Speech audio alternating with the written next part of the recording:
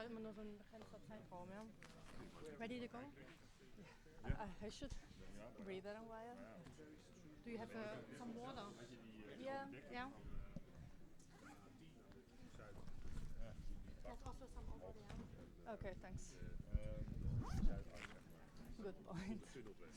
You can launch it to me if you see me in the there is a microphone, so I can.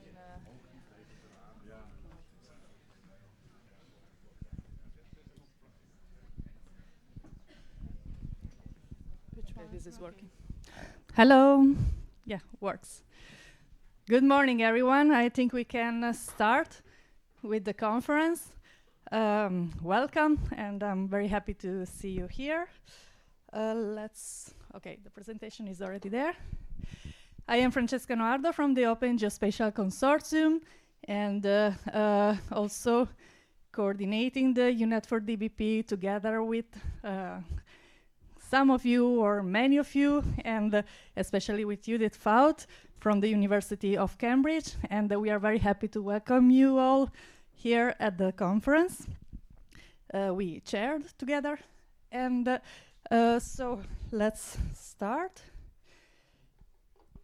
I will take not much of your time because we have several very interesting contents, so I will just say a few words to introduce the UNET for DBP and this conference and how it is organized and what you need to expect. Okay, you all know why digital building permit is important, so I will not stop very much here, although this is the core of the conference. We started with challenges, as usual. So a few years ago, we recognized these challenges, and for this reason, we initiated the UNET for DBP with a common mission. So joint efforts through multidisciplinary institutions and intersectoral collaboration in order to accelerate and to really make this digital transformation possible.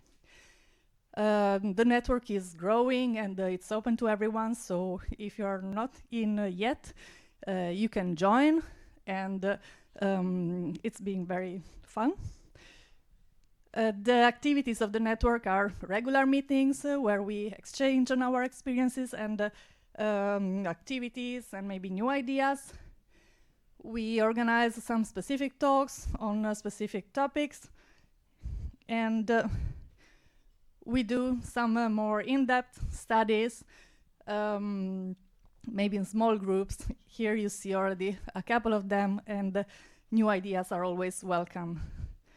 And finally, we organize events. So we co-organize Building Digital Twin International Congress, that was yesterday. We already had a workshop on digital building permit that was digital in 2021. And finally, we have this. So here you see how the event has another dimension and another relevance, and I'm very happy that we could get to it. You see how many organizations are collaborating for this event. Also, the Horizon projects are participating and supporting, and several sponsors are believing in the conference. And it's also important to see that we are one of the new European Bauhaus Festival satellite events. What is New European Bauhaus? It's about beauty, so it's also important before diving into digital and technicalities that we do it for beauty. And beauty is culture and art and well feelings. It is sustainability and it is inclusivity. Just an overview of yourself. So the participants to the conference, I'm very happy to see that we are very diverse. We have research, but we also have a very big portion of industry representatives and of building permit authorities, which are super important to really realize, make digitalization of building permits from several parts of the world. So I'm showing this to encourage you to talk to each other and to really grasp this opportunity. And now, okay, these are the whole associations and all sponsors that are supporting the event. Thank you to everyone. And now I give the stage to Judith Fauth that will tell you about the program and the conference. Thank you. Yeah. Thank you very much, Francesca, and also good morning from my side. I have now the opportunity to explain why the program is structured in that way. So probably you have recognized that there are several sub sections, which is on the legislative, organizational, procedural, and technological system. So this is based on the common work from the UNET for DPP, a taxonomy where we are organized knowledge for building permit digitalization. And so this is the reason behind that, just to give you an explanation.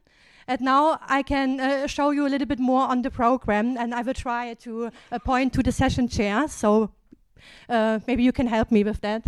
So this is the agenda from today, the half day. So just get to know, we will have now coming right away a welcoming keynote, and then we just jump into the legislative system, which is chaired by Adrian Wildenauer.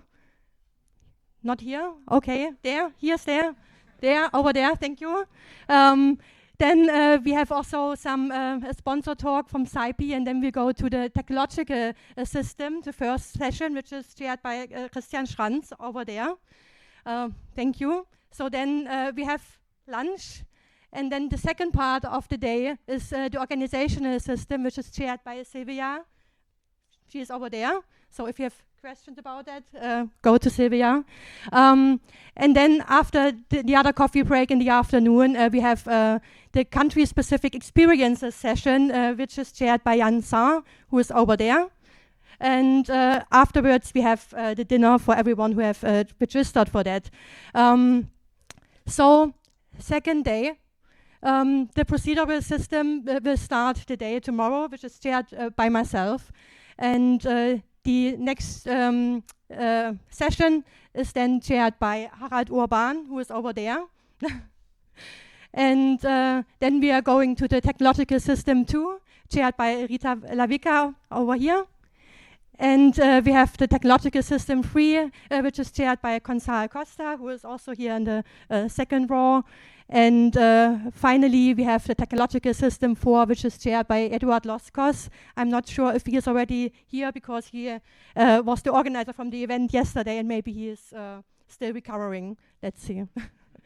So here's the QR code. It's the same as here. You can find the program there. You can also find everything which is needed on that link.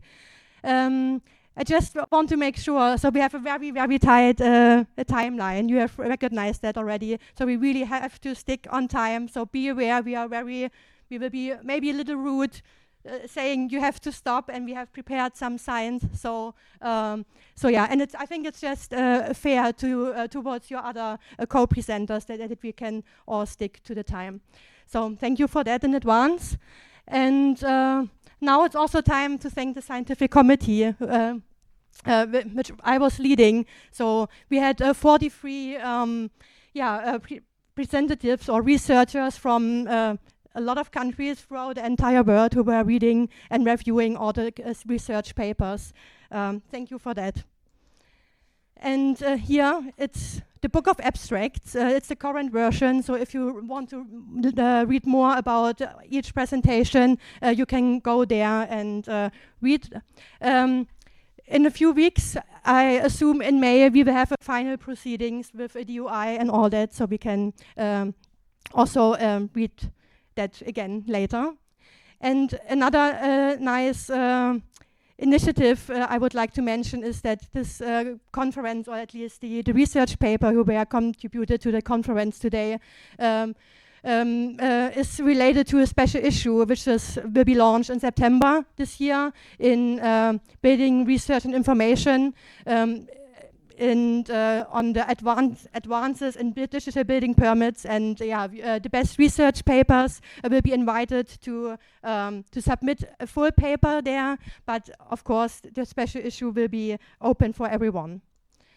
And just to sum up, because I also need to stick to the time, so please enjoy the multidisciplinarity and the intersectoral views today. Find collaborators, new projects, give the momentum to the ongoing activities we will see today, enjoy the wide audience and the higher impact of the ongoing initiatives. And last but not least, meet old and new friends and colleagues. And yeah, with that, enjoy and thank you very much.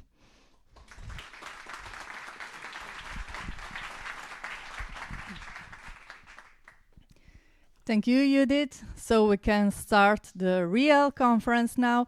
And we start with a keynote speaker, Michael Flickenschild. I hope I pronounced it correctly. From ECORIS and at the head of the Technical Secretariat of the High Level Construction Forum. And his presentation will be towards a more resilient, green and digital construction ecosystems. Thank you, Michael. Please. Thank you, Francesca. Yeah, thanks a lot, everyone. Welcome to this conference. Bienvenido.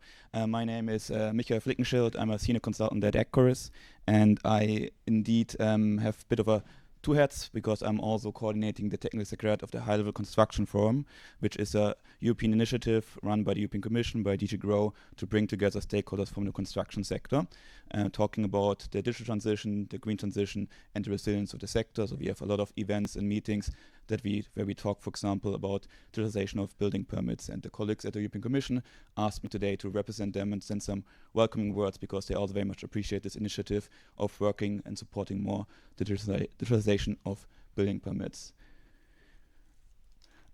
Before I dive a bit into the topic, maybe a bit more about the High Level Construction Forum. So the High Level Construction Forum is an initiative, as I mentioned, by DG GROW, and the aim is to help to co-create and co-implement the transition pathway from construction. And when we talk about the transition pathway for construction, I'm referring to this document that you can see here, which I hope most of you are aware of. It was published last year in March, and it's basically a plan with recommended actions by the European Commission for member states, industry, research organizations on how to support the transition towards a more digital, green, and resilient construction sector. And members of the High Level Construction Forum also have been submitting pledges to support these recommended actions, and there we always welcome more initiatives like this conference to see a little bit how we can support, in this case, the digitalization of building permits and how we can make the construction sector more future-proof. So it's not the only sector, of course, that they're looking into. There's, of course, 14 industrial ecosystems. Construction is one of them, but it's one of the key ones because it's, of course, as we all know, a very fragmented sector with a lot of small and medium-sized enterprises, of which also many are micro-enterprises. And there's a lot of complexities as we're talking about different actors working together on one project side. And we have, of course, all the life cycle of buildings to consider, which, of course, brings, again, more complexities into it. So it is one of the more complex ecosystems. So the reasons is also why we have this High Level Construction Forum is to bring these different actors together so we can find the best solutions. We can agree on certain ideas and certain actions that can help the sector move forward.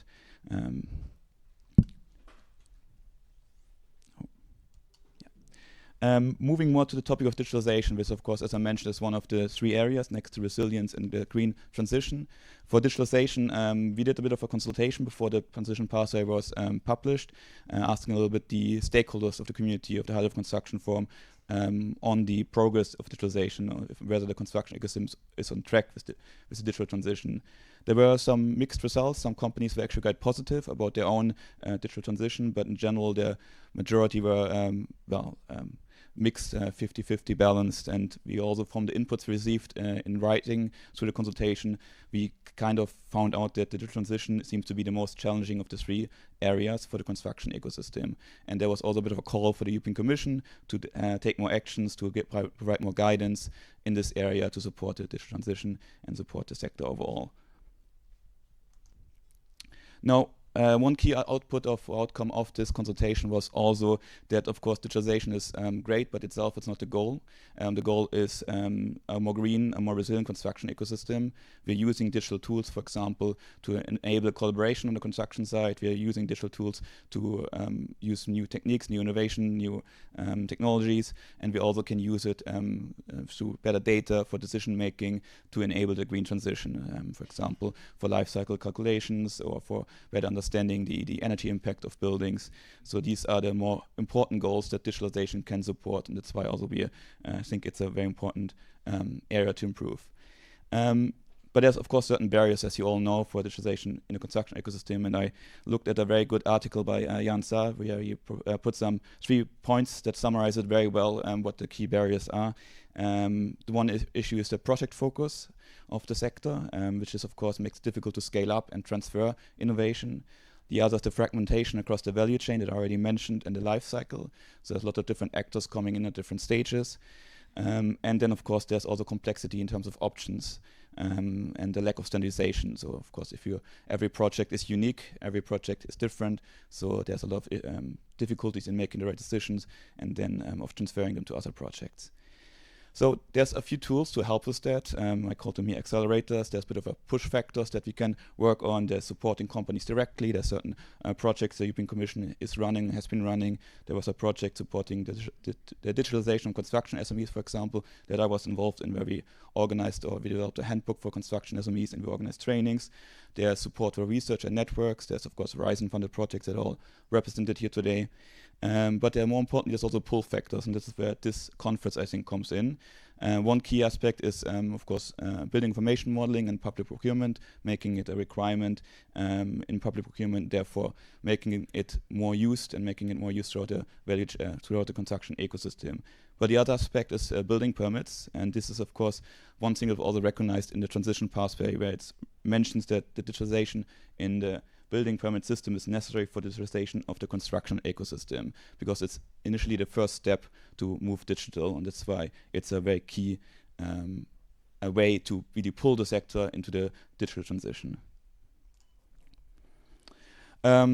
So from moving from paper to PDF, and then more importantly to automatic compliance checking based on machine readable rules, there's of course a lot of benefits we can see, and I think this will be more clear to most of you, but just to mention a few of them: it can accelerate processes, reduce administrative burdens, and save costs, so both for the public side but also for companies themselves. It can reduce the amount of mistakes because the rules are checked automatically, and can foster transparency because it's more clear to someone applying for a permit why something, what is missing, for example. And most importantly, as I already mentioned, with the pull factor, it can incentivize the use of digital technologies by the industry. And therefore also the transition pathway document itself calls for public authority to digitalize their permitting system so they can incentivize the industry to take up more digital technologies.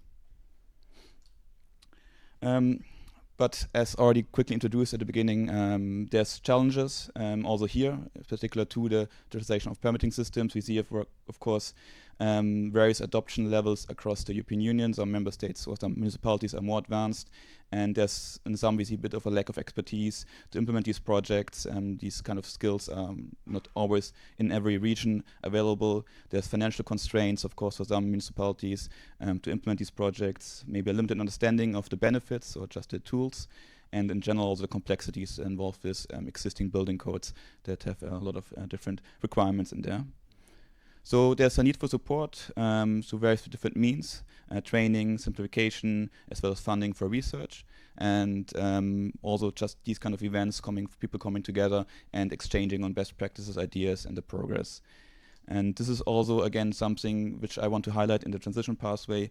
It consists of several building blocks which have key actions mentioned in different areas like building information modeling, construction products, but also on permits there's 2 key actions mentioned. One more targeted member states to support the training of public sector employees, dealing with procurement, permits and management of buildings, so helping them, enabling them to introduce digital building permits. And we see a lot of things being followed up, for example, through national recovery and resilience plans, where member states introduced certain regulatory changes or projects to streamline these administrative processes. And then there's also more for EU level action that the European Commission gave itself for providing an enabling framework. And here there's also the need to assess the state of digitalization of building permits and also deliver guidelines and trainings. And we see, of course, there's certain actions being done through research. We have the Check, Accord, and Digichecks research projects that are supporting here the research and progress in this area. And there's also some other activities being done. Getting back to my role, the high-level construction forum, which I'm coordinating with some colleagues at the Chorus. We are consultancy, so I'm a little bit the odd one out, as someone pointed out to me in the introduction at the beginning, as most of people are here either research or from companies or public authorities. But the high-level construction forum that we're running for the European Commission is basically this multi-level stakeholder platform where we organize regular events. And I just highlighted two that we organized and also touched upon the topic of building permits already in 2022. We had a webinar series on innovation construction with one session focusing on new ways to collect data. And there we had a very nice panel discussion with the Check, Accord, and Digicheck projects. And then more recently, just in March, we had another webinar on digitalization in the construction ecosystem, where we had a presentation on an ongoing EU project working on training and guidelines. And we had another very nice panel discussion. Judith and Francesca were also part of the discussion, and some other people in the audience as well, where we discussed the progress in digital building permits and barriers to their adoption. And these events are not just like events to get together. Like this event, there's also really knowledge that's being shared and exchanged. With my last final slides, I would just like to highlight a few of the key points that were made during these two events that I took away, that I reviewed again our meeting reports, which are available online. So you can also review the findings or discussions and the outcomes. And I think one of the key points that was mentioned here and that I already highlighted at the start of my keynote was the strategic importance of digital building permits, where we really see them as the initial step towards digitalization, as providing foundational structured data, and being able to really start the digitalization process, as they are really the first step in many projects. We was also highlight again the fragmentation, but also progress that we see in the EU. There's complexity, and that leads to different progress in different municipalities. And there really is a need for municipalities to evaluate their processes individually and make decisions that work for them. So there's a lot of individual decisions or individual decisions that need to be made and need to be assessed. And then, of course, we do see also still a gradual transition towards more plans incorporate BIM-based building permission processes and laws. So we see some progress, but it's, of course, with different pace across municipalities. And then another key aspect that was in the most recent discussion we had on building permits was the bit of the trade-off between standardization and flexibility. So there's, of course, standardization is crucial to enable building permits, to allow for harmonization, but also we see there's certain need for flexibility when it comes to regional requirements, local requirements. So there might be some need for adapting things to specific local requirements. So there's a bit of a trade-off here, where on the one hand we need standardization, but on the other hand, of course, every situation is a bit unique, bringing it back again to the construction sector, where every project is in the end unique. And two more points. One is on the technology and interoperability. There's a lot of progress and efforts being made on interoperability, for example, integrating AFC formats, also semantic data linking and modular software solutions were highlighted as key technological solutions that can support, enable digitalization of building permits, and then also the importance of open standards, cloud applications, and so on. And finally, also the benefits. Again, I mentioned a few of them already, but it's key that these are being highlighted, because in our events we bring together stakeholders from across the whole sector, and so we can also raise awareness and why this is important to work on this. And of course, benefits that are really key is the efficiency through automation, efficiency both for public sector and companies, the reuse of data, allowing for complex analysis.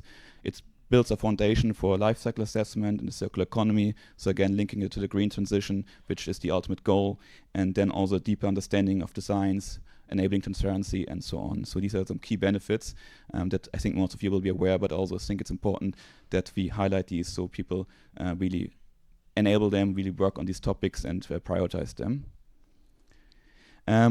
Last but not least, a bit of an invitation. The High Level Construction Forum, it's an open platform. Everyone can sign up to it. We have our 1,000 construction sector stakeholders right now registered. It's a communication platform, it's an event platform. Most of the events take place online, just to enable that people from across the EU can easily join them. Also next week we'll have a hybrid event in Brussels, which will be our annual event to look back at 1 year of the transition pathway. And we also organize several thematic events every year on digitalization, but also on the green transition, on circularity, for example, on resilience, for example, skills. And we had also an event on asbestos in the past. So various different topics. So I would suggest, if you're not signed up yet, sign up. And I hope I see you at one of our future events. And with that, I am done. And I would like to thank you very much for your attention.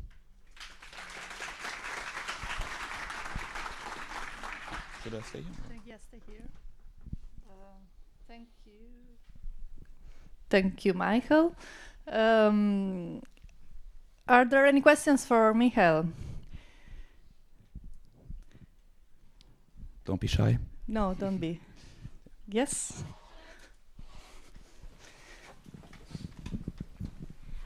Clara Lowe from University College London. You mentioned just very briefly a link between digital building permits and building logs at the very start of your talk. Could you give us a little bit more detail on some thinking around that? Thank you.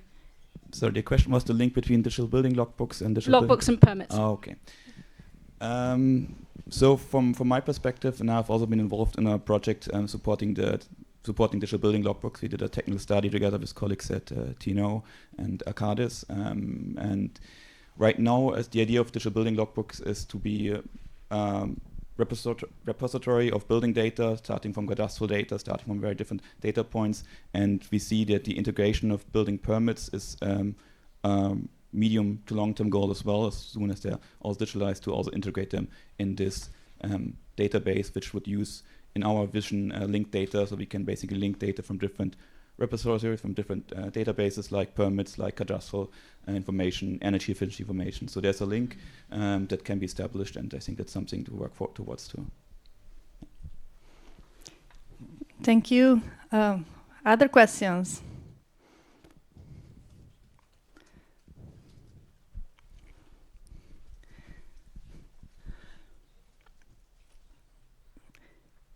Can you maybe elaborate a bit more on the next plans of the high-level construction forums, and maybe also related to the intentions to European Commissions for new policies and coming plans? Yeah, of course. So as I already mentioned, next week we have the annual plenary meeting of the High-Level Construction Forum, which will be a hybrid event. For this event, we are planning to look back. It's 1 year since the publication of the transition pathway. So there will be presentations from the different from different European Commission directorates on, for example, the Energy Performance and Buildings Directive, on the skills agenda, and there will be presentations from member states on different topics on the work they're doing, as well as industry. So it will be a bit of a stock taking of the progress, and then also setting priorities for the new commission. As you know, there will be elections coming up, and there will be a bit of a workshop session that we have planned where stakeholders come together and then discuss future priorities for the future commission.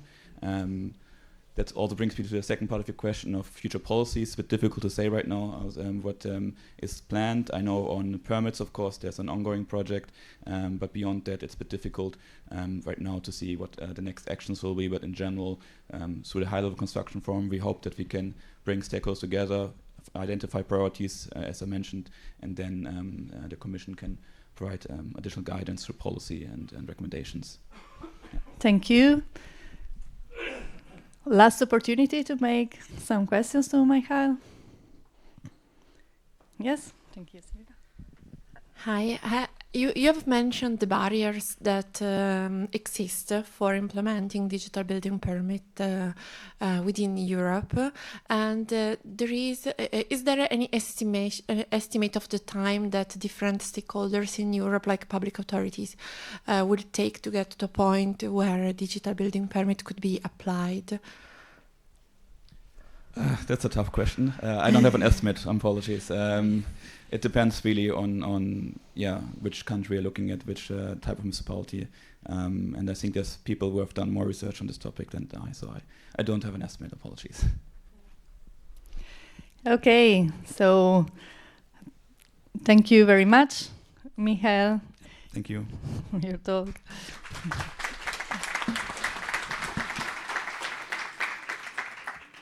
Okay, so I'd like to introduce now the chair of the first session of the conference, Adrian Wildenauer from the University of Applied Science of Bern.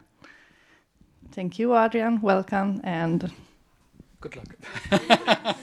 Thank you very much for the introduction, and I'm happy to be here. And luckily enough, most of you look like on your LinkedIn pictures, so I can recognize most of you.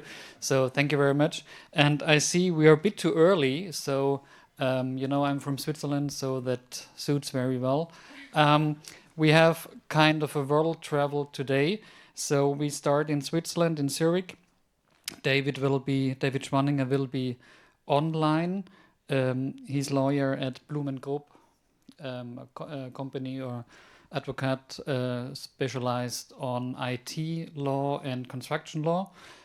And he should be online. Unfortunately, he's on court today, so, well, actually, that's not a reason not to be here, but he said it's important, so he's only available online.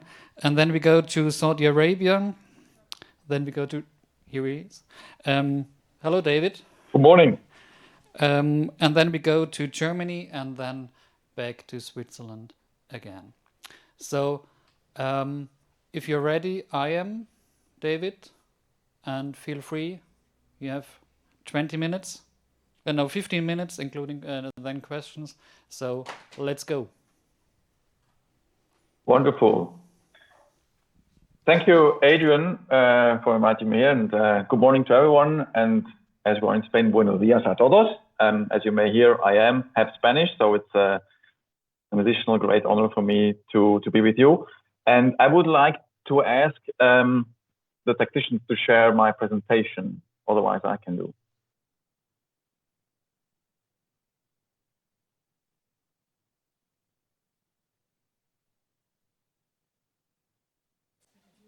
I think it's better if you share, David.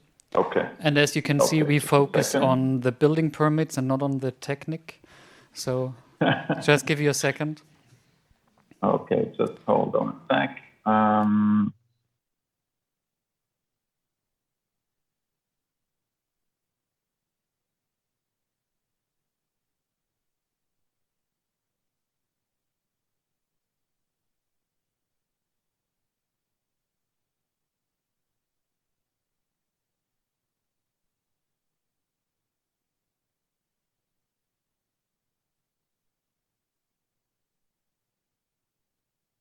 That small screen, so I just need to hit the right button.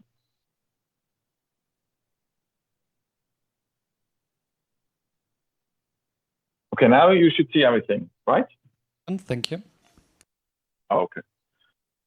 So my topic is digital building permits and procedures in Switzerland, and where do we stand in Switzerland?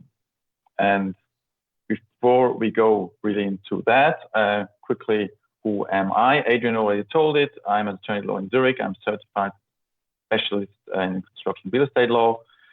And besides of real estate law, I do quite a lot of law topics within information technique.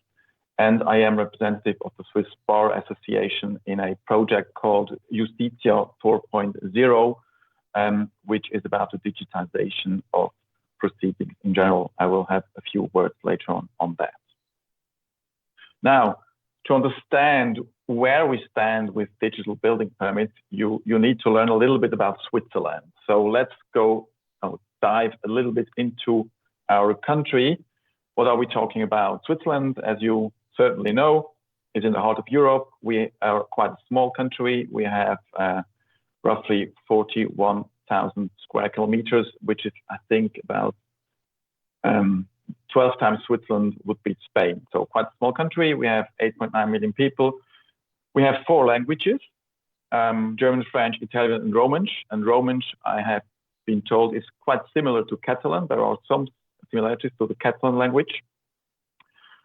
Being a tiny country, we have the luxury of having 26 cantons and half cantons. What is that? These are autonomous regions we have in our country, and they have quite a lot of legislative power. Within these cantons, we have 2,002 122 communities. And now you start to see that it is a little bit complex if you want to move things in a country like Switzerland that is very, very federalistic with quite a lot of autonomy. This is what you see here. Here you see the 26 cantons. All of them have the competence to do their own administrative laws.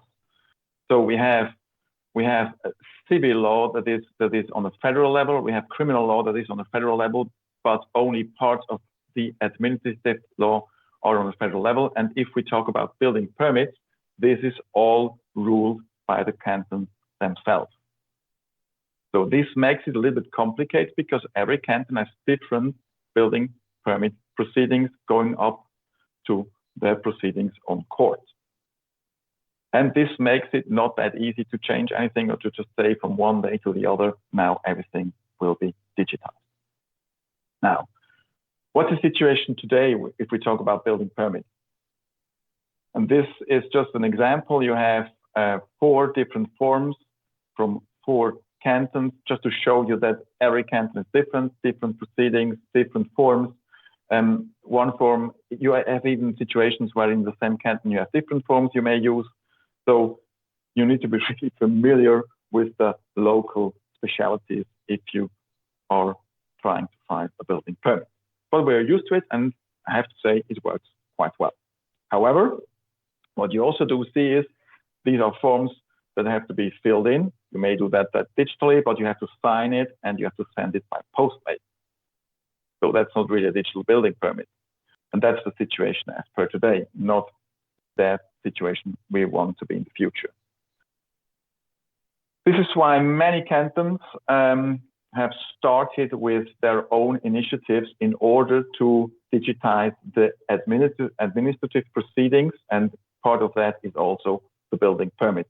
What you see on this map of Switzerland is all those cantons which already have initiated such proceedings, and it's all cantons that are not colored with red. So the red cantons, they have no legal project ongoing for a digitization of the administrative law. All the others do have.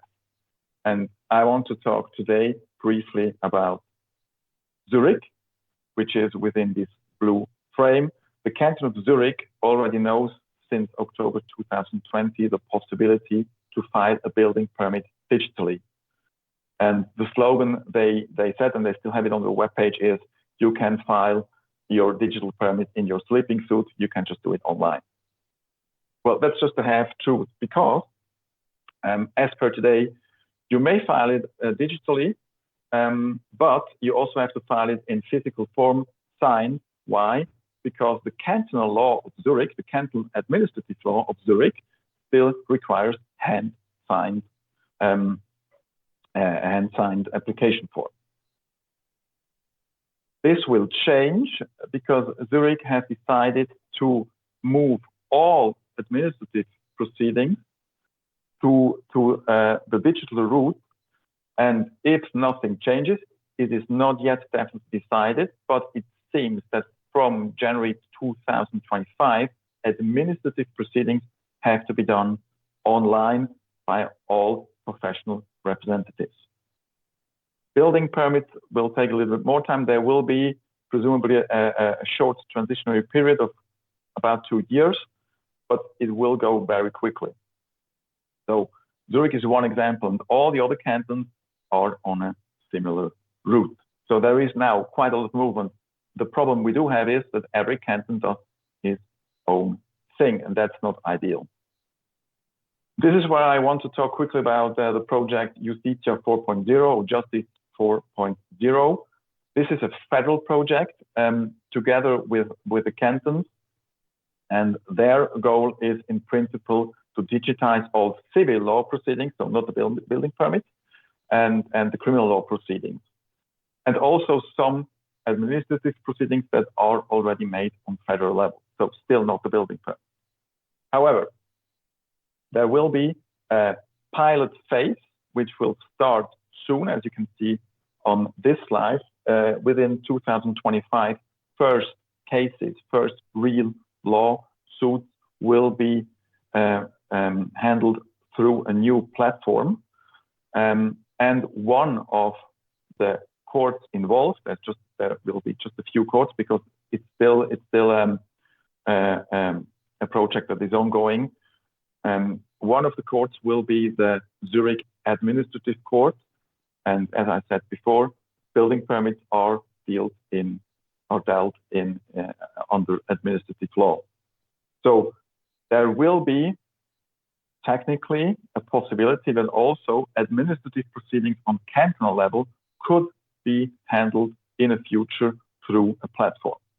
And the good thing on all that is that this platform will be uniform for all cantons. So every canton that joins to that platform will have the same platform, and this will be for us much easier. Again, this will not be the building permits themselves because they will not they normally do not go through this platform. But I think that this platform will be kind of a booster to digitize and to unify also building permit proceedings. So I think compared to Europe, we are maybe a little bit late with digitization in Switzerland. The reason why is that post-mail works. I don't know if I shall say unfortunately or fortunately very well, but we have seen and we have learned that digitization is very important also in all proceedings. But I think now we are on quite a good route, and I think it's a question of years until digitization will be not only in some proceedings and in some cantons effect, but throughout Switzerland. This brings me already to the end of my presentation, and I will hand over to Adrian for the discussion. Thank you very much.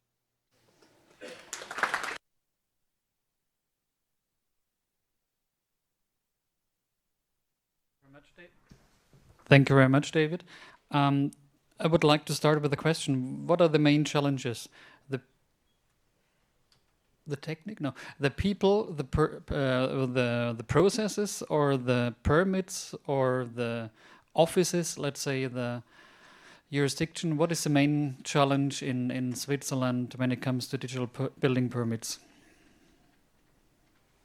I think the main challenge is that you have many stakeholders involved. So you have the canton that do the administrative laws that also rule building permits. And you have many cantons, so to find unanimous ways to solve an issue, that's, I think, the main problem. I have to say it works quite well because as we are a federal country, we already have many collaborations within the canton. And there are, we call it concordate. There are many agreements, and also this project Justitia 4.0 is made in collaboration with the canton.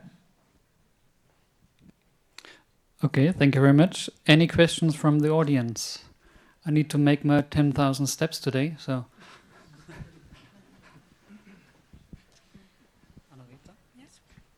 Yes, hello. I'm Anna-Riitta Kallinen from Finland, and I'm interesting. Thank you for a very good presentation. I would like to know that I assume that you will have a different kind of requirements, different kind of norms in different areas and in the general level of your country. Do you think that this is an issue, or have you ideas how you could solve these requirements and different kind of norms based on different areas? Well, in terms of technical norms, we don't have different norms. Okay. What we do have is, if I may give an example, if you want to construct a building, the distance to the next building might be different depending on the canton or even the community you are. You can imagine that all these communities, they have their own plans with rules, how high may these buildings be, etc. But I think that's not so different to other countries. But what we do have many common standards. If it's about technical standards, one example are the so-called SIA norms that rule on a technical level quite a lot throughout the whole country. Sounds good.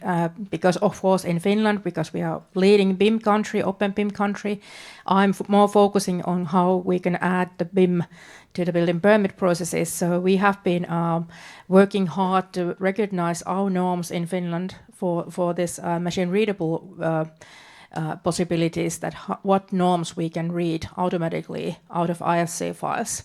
And in Finland we are in the good position because we have a general norms.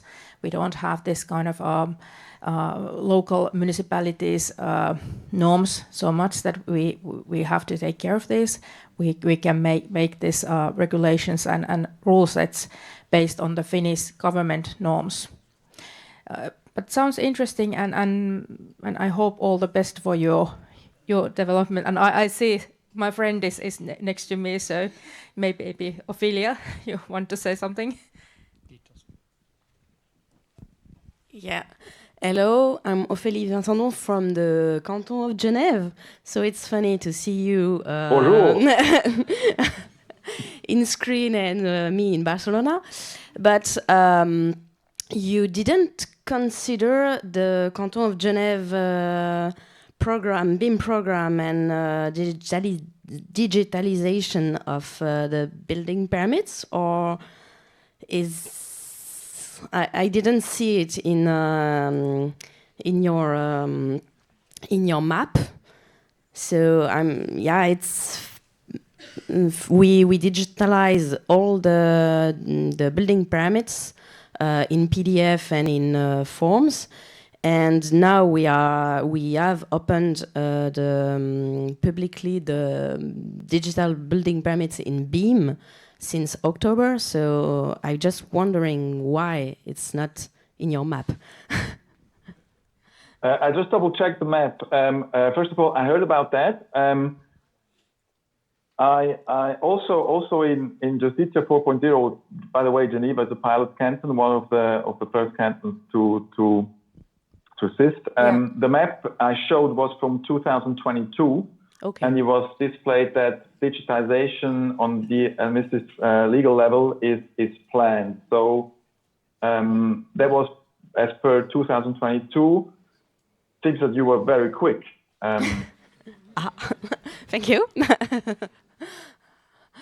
So like an example for the rest of Switzerland, if everyone was that quick as Geneva, maybe we would be already more ahead. Okay, and I just have to say that we are waiting for the project to digitalize also the legal system, and we are waiting for the federal project to advance on the subject. So yeah. Okay, that's the second thing I may comment quickly. That's also, I think, very good, because what Zurich did, Zurich said, okay, we will not wait, we will go further, and I think it would have been better if they would have said, we wait until Justitia 4.0 will be ready. Another thing you did better, in my view, in Geneva. However, what I have to say is, at the moment, so they are developing it, they will run it, but in parallel, it's also still in the parliament. So the parliament has two chambers in Switzerland, and the second chamber still has to approve the law that is necessary to run the platform countrywide. But I'm quite optimistic. Merci, Ophelia. So maybe you haven't noticed there's a love-hate relationship between Zurich and Geneva. Oh. Sorry. More love than hate, of course. Thank you very much, David. Thank you for the questions. Are there any final remarks? We have plenty of time. 2 minutes. So, there. If you could pass the... Yes, of course. Hello, this is Anne. I work at CYPE Software, and I'm really interested, as your background is law. I'm really interested in your vision about how automatically checks could affect in the future, the submissions and which legal implications could have that a software is developing these checks. Yeah, thank you. That's a very good question, because a problem we do have in many cantons is that the procedure until you have an approved building permit takes more and more time.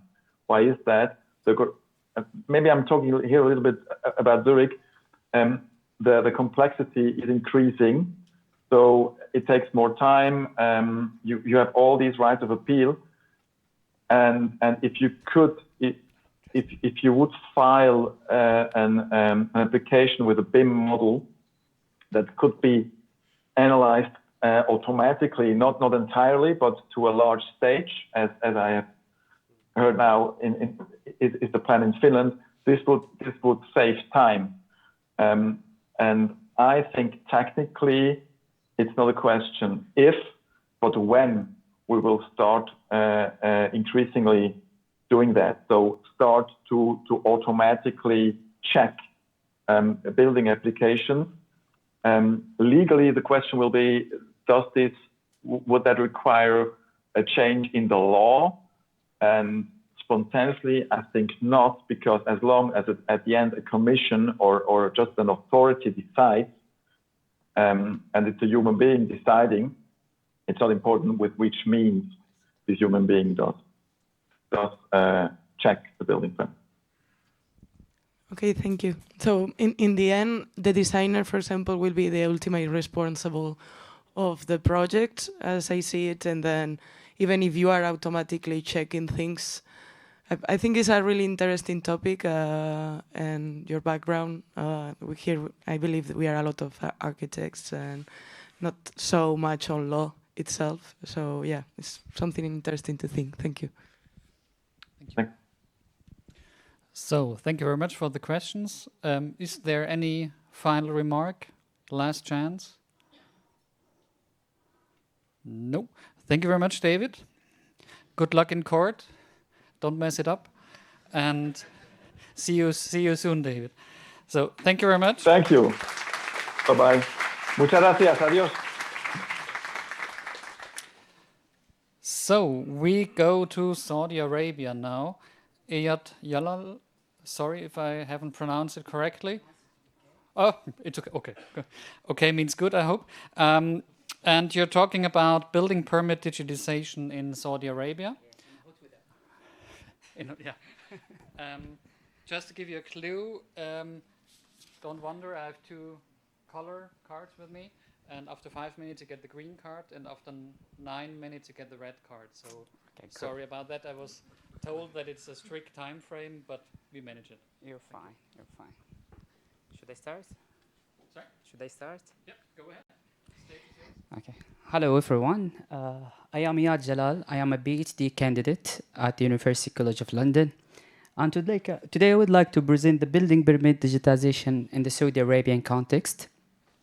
Does it work?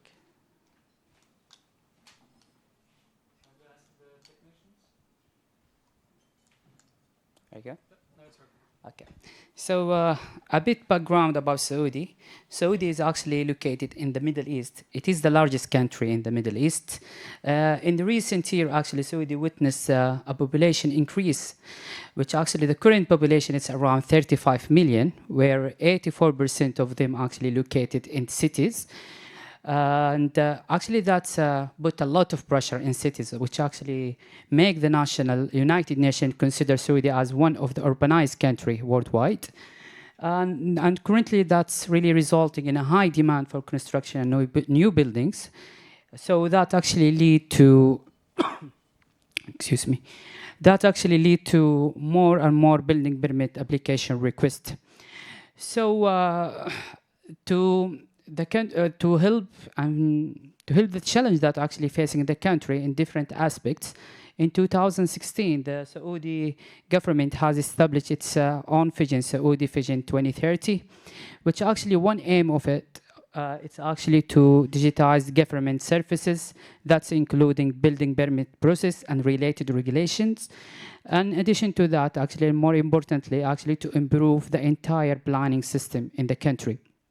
So that actually makes one of the motivation of why I'm doing this research. Beside, there is actually currently a lack of research in the Saudi Arabian context regarding digitizing the building permit. So to give an overview about the process, about the challenge currently facing the building permit process in Saudi, it is really similar to many European countries, where actually the process is starting by preparing the drawings, preparing the required document, then actually filling an application, submitting the application in an online format, an online system. And the drawings and the application is submitted as a PDF document. And then actually the municipality run the review to ensure that the development really complies with the regulation, and then they issue the permit. However, this process is facing many challenges, and one of them is actually the regulation that is open to interpretation. It is considered as a long process, which actually really affecting the time and the cost of the local authority as well as the project itself. And actually the current assessment, it's a manual based. It is really lacking of accuracy and are not really benefit from the evolving technology in the construction sector. So that actually has been confirmed, where the Ministry of the Rural Affairs, where they have said 75% of the public projects are not really meeting the planned time. So the main focus actually of this presentation is to look at the planning, regulation, digitization in the Saudi Arabian context. So it is fundamental to understand how is the planning system is actually working in Saudi. It is a regulatory zoning planning system, which means that the text in the regulatory document, it has some degree of certainty, which including words such as like you should do this and you should not do that, something like that. And actually it is provided in Arabic, which actually Arabic is a very interesting language, where actually you start writing from right to left. And actually the document actually is really including images, including tables, sometimes including figures to illustrate specific cases. So to digitize, to put the regulation in a computable format, currently there are too many approaches ranging from artificial intelligence to the markup method, which is RAISE. Actually, I have adopted RAISE for many reasons. RAISE actually stands for requirement, applicability, selection, and exception. I have adopted because it is easy to use, doesn't require the programming experience, and more importantly, actually, it is in most cases, when interpreting the regulation into a computable format, the human logic input is really required, because you need to remove some ambiguity in the regulation. So actually, RAISE, it's a markup method. It's functioning in 4 operators, whereas actually the first operator, it's called requirement, identify the requirement that must be specified. And then this requirement, it has to be applied to some object, which can be indicated by the applicability operator, which can be represented by a green. And then if there is more than one object that the requirement actually applied to, that can be indicated by a selection operator. And the last one, it is an exception if there is if it can identify a requirement that it can identify an object that the requirement are not applied to. So it's a bit complex, but to put this in action, I have applied this method in Arabic sentences in Arabic regulation from Jeddah city in Saudi Arabia. But it is fundamental to read the regulation line by line to actually apply the RAISE method. So let's read this together, just a quick. Planned divisional area in the central zone, the following conditions are required. So there is 3 requirements here. Mixed uses are permitted in a street with width of 12 meters. It is permissible to build the ground floor of the entire land area while adhering to building lines. And last one is considering land with an area of 5,000 square meters or more as a distinct project. So once applying RAISE in Arabic, we could, in the first sentence, we we find the applicability, where the regulation will be applied to. It is applied in the planning divisional area in the central zone. That was easy, that was fine. And then once we go to the second sentence, it actually have two operator of phrase, which is a requirement and also an applicability. And here the requirement can be identified because it says actually mixed use are permitted, which means we can build a commercial or residential building. But however, this is only applied to a specific case where the street is actually with 12 meters or more. The third sentence, again, it has a requirement and applicability, as we can see it in the applicability in the green and the requirement actually in the blue. But this sentence, it has some challenge a bit because it can be considered as an ambiguous one. Because here the term building line at the end of the sentence, it doesn't have any definition in the regulatory documents, which means that it is really hard to interpret it. It is really hard to put it in a computable format, which actually give me a sense of the important actually to also interpret the definition of some terminology in the regulatory document to put some rules in a computable format. And the last one, it is actually also one of the challenge when interpreting regulation and put them in a computer format actually. It is an exception in rates because any land that's above 5,000 square meter can be considered as a distinct project. Actually, this rule really referring to another type of regulatory document, and this is one of the challenge that actually even the literature are actually looking at to solve when the rules are referring to another regulatory document. Here is the most interesting one. It is the challenge that has been presented by the Arabic. Because Arabic, as I said, it's totally different in terms of the sentence structure, vocabularies for sure, and the grammar as well. So once I try to apply raise and interpret this regulation, here the word amma in the bold, it is an Arabic word, the word amma can be translated in English in two words, and but. So if I interpret this word as an and, that means the following sentence will be a requirement. However, if I interpret this as an but, that means the following sentence will be an exception. And I believe that this kind of a challenge, it's actually, I found such things like many times in the document, which it will be in my future work as well. So to conclude, Saudi really facing similar challenge to many other countries in terms of the building permit process, in terms of digitizing the regulation as well, and actually raise show its applicability in Arabic context, and especially in Saudi. However, careful consideration of the sentence structure is really required. And for future work, a more in-depth investigation of race, which actually will be linked or integrated with a GeoBeam-based approach in two countries, the Saudi, which is actually functioning in a regulatory planning system, and the one of the most interesting actually system, it's actually the UK system, which is a discretionary planning system, which actually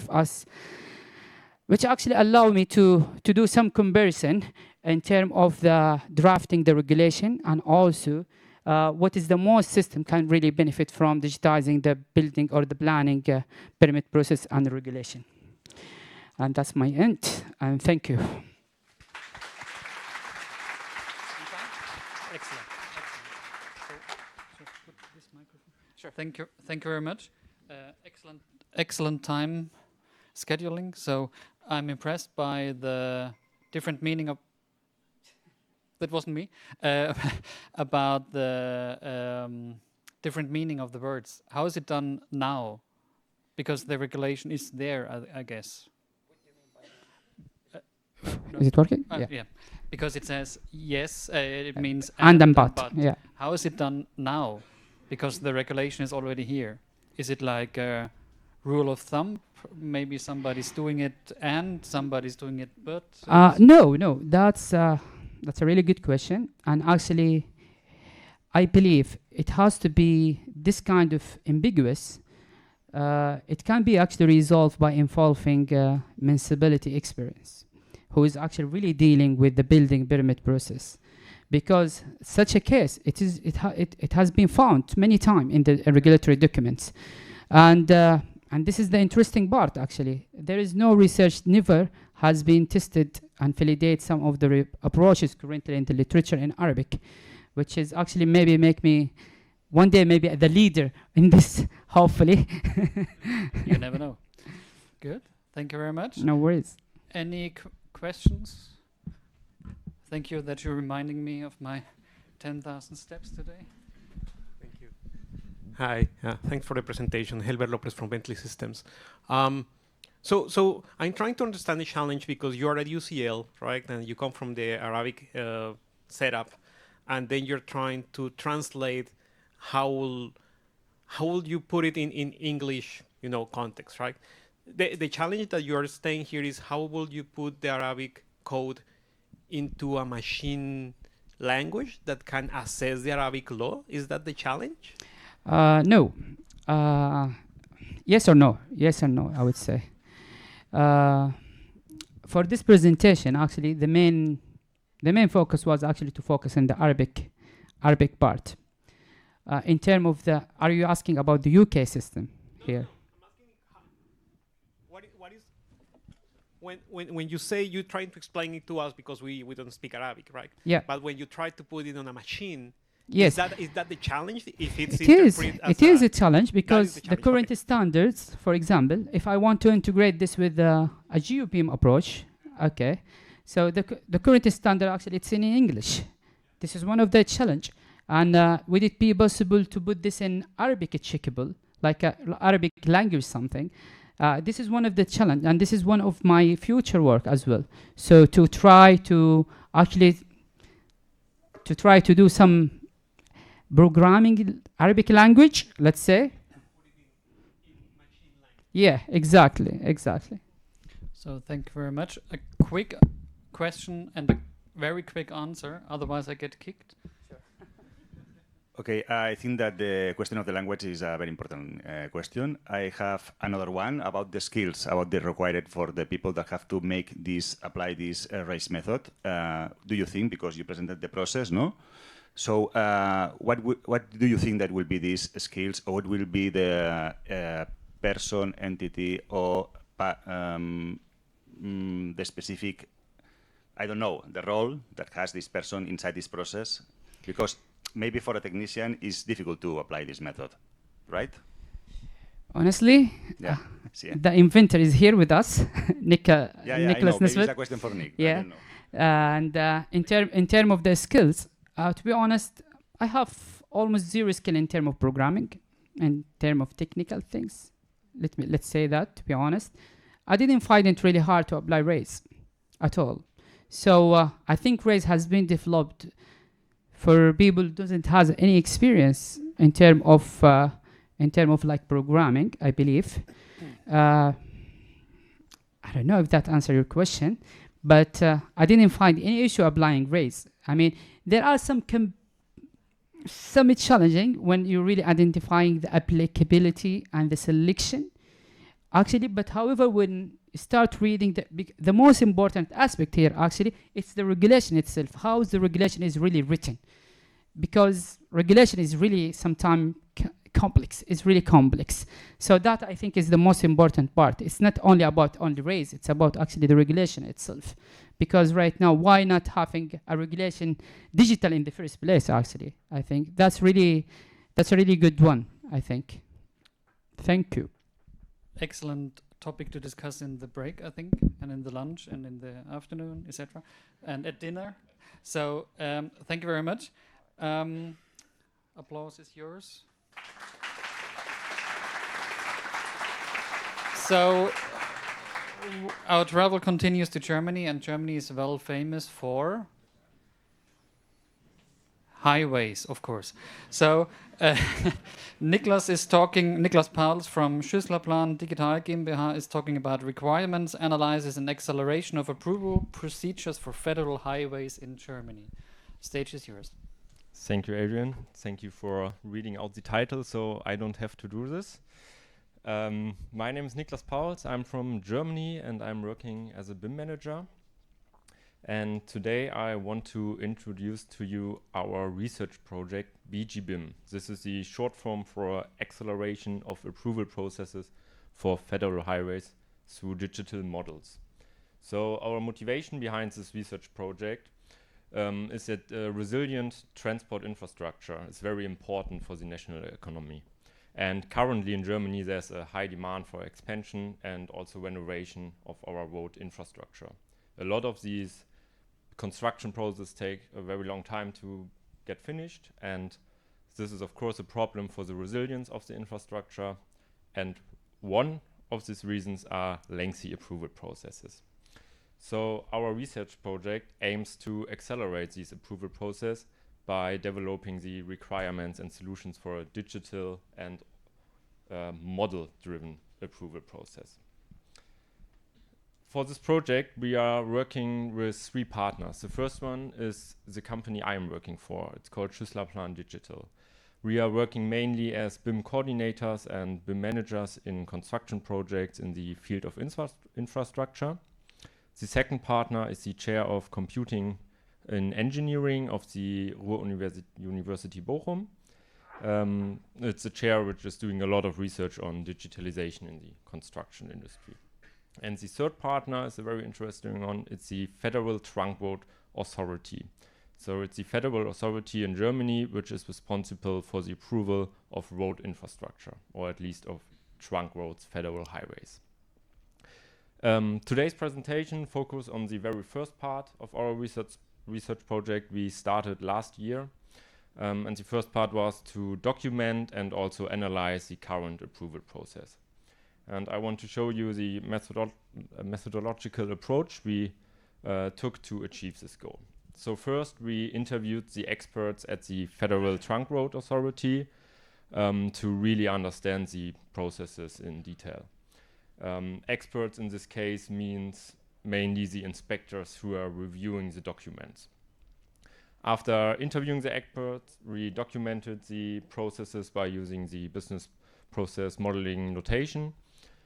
And after documenting the current approval process, we identified potential processes or sub-processes with the potential for process and improvement and acceleration.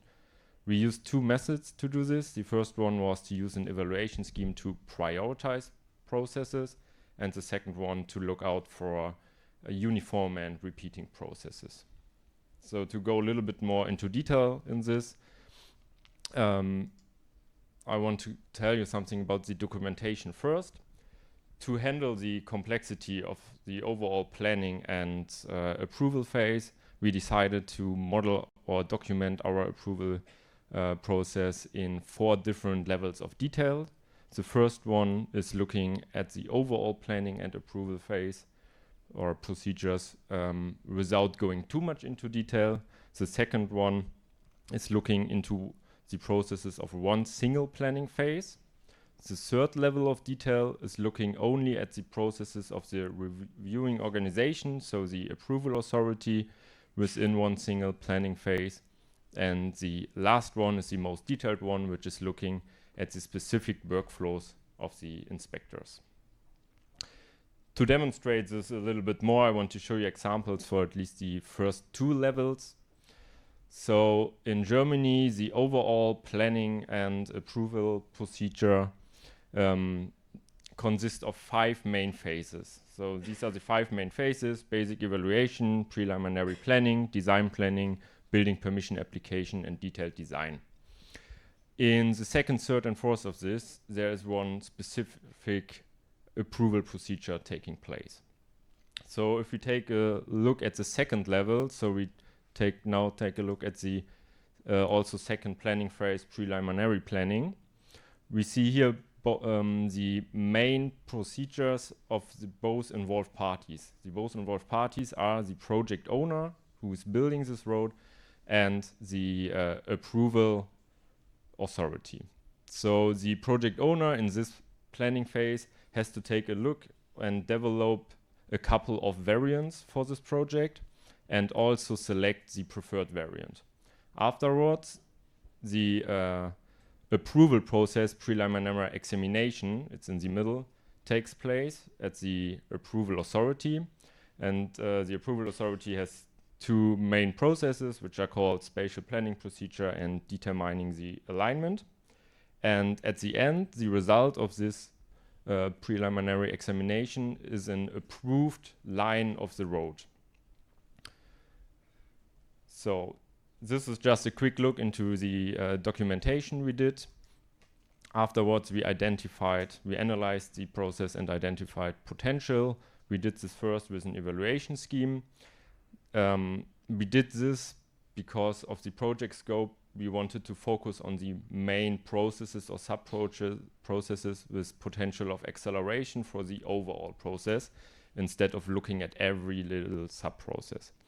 So we prioritized them with this evaluation scheme, which consists of 5 categories. The first one was the suitability for the use of BIM. So for example, can a building information model be used in this process? The second, degree of formalization.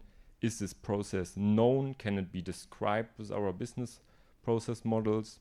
The third one, dependencies. Is, for example, the inspectors are available for our research team. Just something simple like that.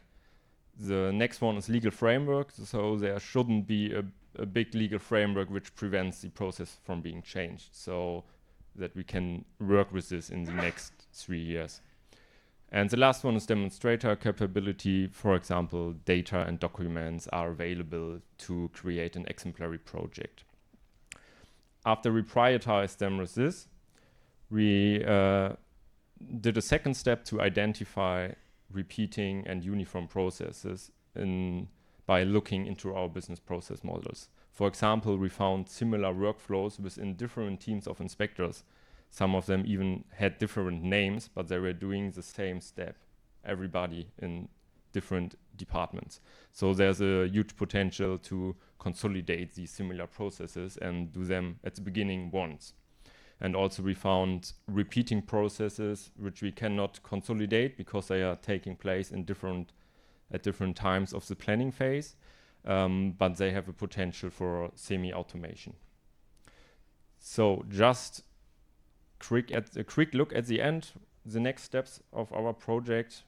We now identified potential. We now see how we documented the approval process. Now we want to conceptualize a new model-driven approval process, define information requirements for building information models, and create semi-automated checking rules for the inspectors. And at the end, show the potential of the new approach based on an exemplary project. And at the end, I just want to thank you for your attention. And if you want to follow our project, get in contact with us. Unfortunately, when preparing the presentation, I forgot to put a QR code there, but maybe you can just type in BGBIM on LinkedIn and I'm sure you will find us. Thank you very much.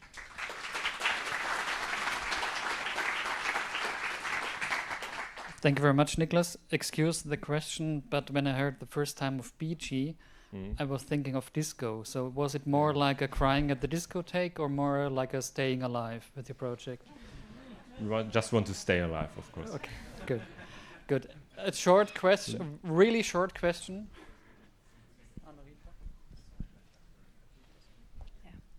Hello. I would like to ask that did you check this kind of 4D scheduling part that you will use the BIM component to the scheduling process also? Sorry, I didn't get this right. You mentioned that you have this study for the process, that how you will use the BIM in different phases. So I assume that the scheduling of the project scheduling is something that you were researching. Did you use this BIM component also involving for the scheduling?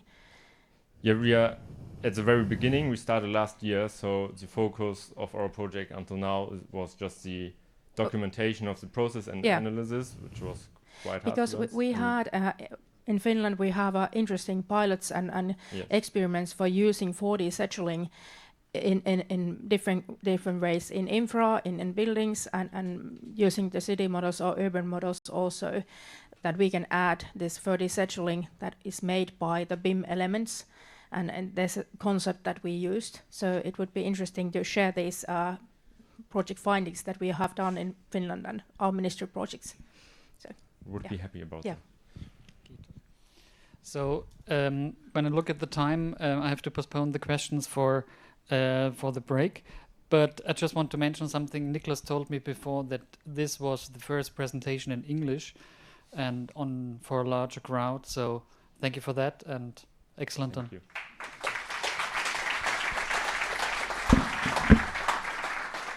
So we are going to Portugal. Pedro Mêda, hope it's more or less correct pronounced. We'll talk about when DBP means DPL, DBL, conceptual alignment on process level, and as we all know, in the BIM context, everything has 3 letters. So, should be there. Oh, yes, there it is. It is. Thank you. And go ahead. Well pronounced. Thank you very much. So, good morning to all. Actually, Michael can allow me to speed up a bit my presentation because he did a wonderful background on what I'm going to talk. That is digital building permits and digital building logbooks when they meet each other. I'm here on behalf of a large team. Most of the people is here in this room, which is very good. And I thank you for this. So I'm going to present some of the first results of this research. Here are, I would say, 2 definitions of what is a digital building logbook and what is a digital building permit. Not going to enter in very details about this because I think that the next slides are more relevant on that. The motivation, actually we start before the pathway for construction was published. So the motivation was that there were no documents talking about both things. But we had ontologies for building permits on the group. We had building permit processes standardization. We had business process modeling notation for the DBL.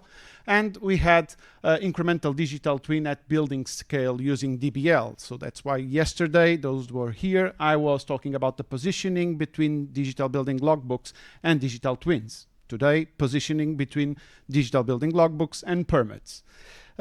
So the research question for us was the following. Although we had the intuition that these 2 concepts were related, to which extent experts and the stakeholders in the construction industry have or see this relation? And if yes, how should they relate at process level? And this was the first step we took. So I'm going to skip up a bit the methods, but we use action research based on the intuition, and we had a workshop with several experts on DBP or DBL just to confirm and exchange some discussion on this topic. And we got very interesting outputs and contributions that we can now present.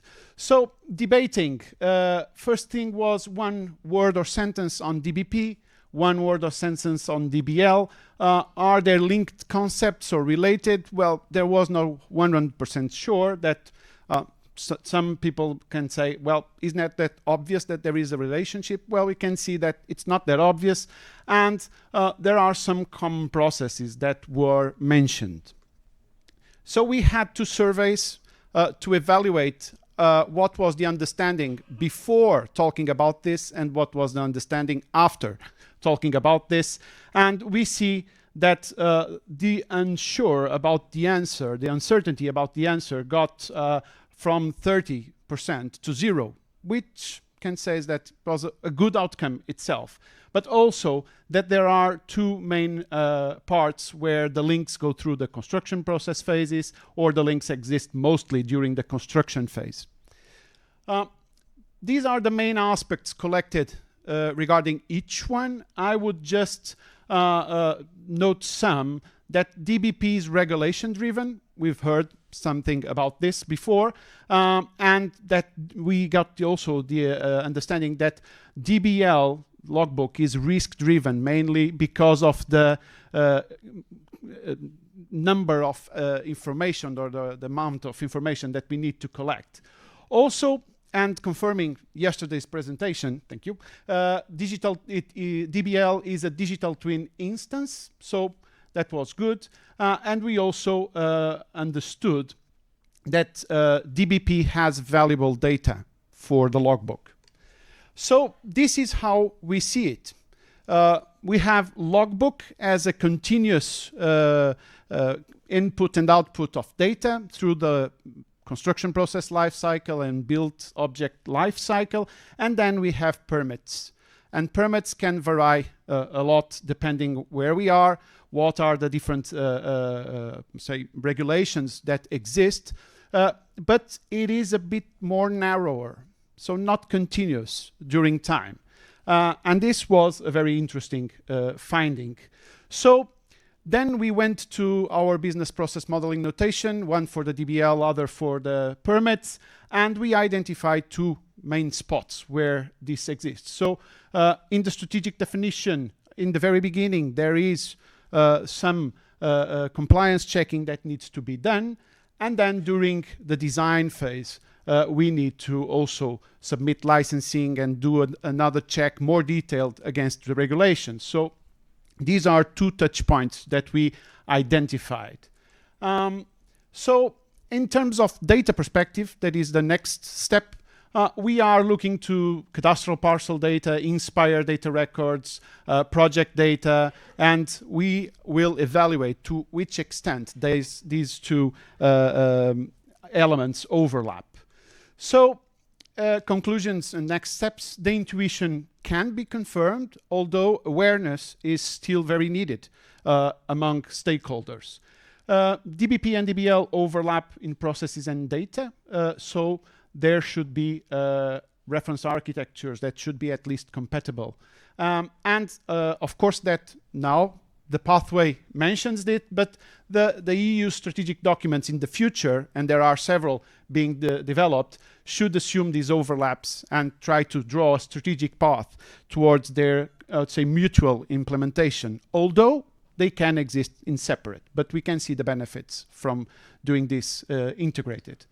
So from a data perspective, there are other meaningful developments that need to be considered. So Inspire Directive, yesterday Hori was talking about this, digital product passports, asset management systems, etc. And future studies will explore in detail the steps to be considered in each process where the links between DBL and DBP exist. So that's all. I think I'd not overrun. Thank you very much.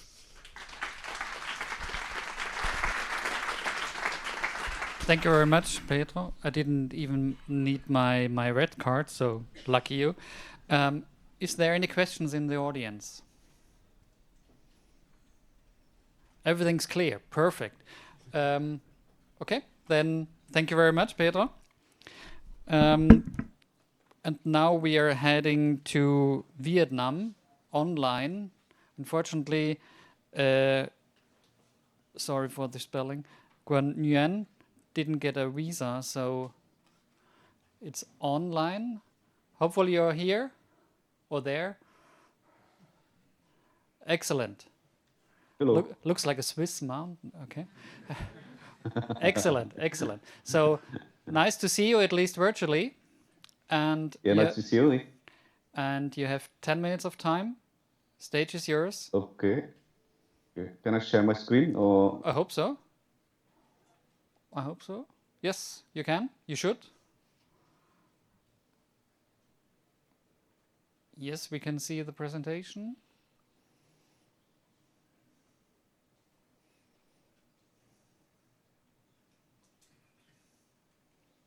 Excellent. Thank you very much. Okay. You can start? Okay. Yes, go ahead. Okay, hello everyone. I'm from Vietnam. Yeah, it's my pleasure to be online with you today. Yeah, I'd like to talk about something about adopting the smart contracts in granting building permits for individual houses in Vietnam. And this is the structure of my talk, from introduction and some introduction about smart contracts, and then the process for building permits for individual house in Vietnam. And then our proposed general framework for application of the smart contract and some conclusion. Right. You may have heard about Vietnam, right? We are a small country located in the Southeast Asia with about 330 square kilometers, but with a huge population of over 100 millions. So the number of people making it was 15th most populous country. And there are some nice, nice scene, if you want to see, if you have chance to visit Vietnam, I can welcome you in Hanoi and can take you to the scenes like Ha Long Bay, very famous base in Vietnam, right?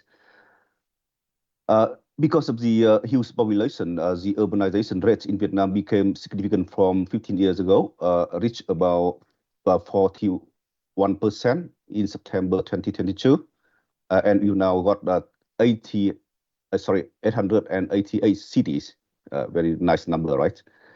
And this urbanization rate has led to the booming in housing development in the country, especially in the cities, both for housing in projects and also individual houses.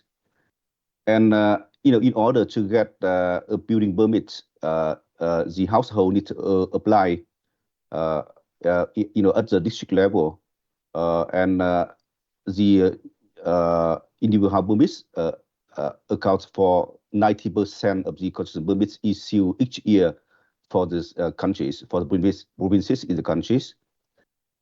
A survey with the household and also with the civil servants in the governments shows that the building permits process is often subjective, long and complicated, error-prone, and then it can lead to less efficient use of public assets and low level of quality in public service provision. And we need to find solution for that. And our proposed solution is to apply digitalization of the building permit process with the use of the smart contract. This is ongoing research, and we just stopped with the theoretical framework for this presentation. And we start with some concept about smart contracts. According to Niklas Pauls, a smart contract is a computerized transaction protocol that executes the terms of contract.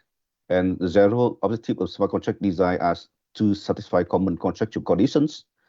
That's a very important word, the contractual conditions, such as payment term, confidentiality, and even enforcements. And then it can minimize the need for trusted intermediaries. And to apply smart contract, you need a piece of code written by a programmer and an agreement between two or a group of people.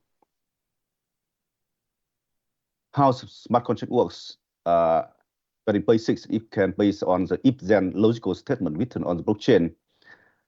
When the predefined conditions are met and verified, a computer network executes the function, and then the process can be executed. The benefits that the smart contract can bring in is automaticity, speed and accuracy, security, transparency, and savings. And the language can be used for smart contract can be Solidity, Fiber, or U. And this is a typical smart contract process. You can start from identify opportunities, and then create the contract, deploy the contract, execute contracts, and then record the outcomes. Literature reviews show that smart contract can be used to automate different kinds of processes, like for the automatic verification of the compliance of the digital deliverables provided by exchange information requirements, or for automated compliance checking, or to improve supply chain management, for automatic payment in the construction industry, or for eliminating or reducing payment issues in construction contracts. Regarding the building permits process in Vietnam, this is a typical process. When a household needs a building permit to develop their house, they need to go through 5 key steps, starting from the application submission, and then the application can be checked the validity by the civil servant in the on-door system in province level governments.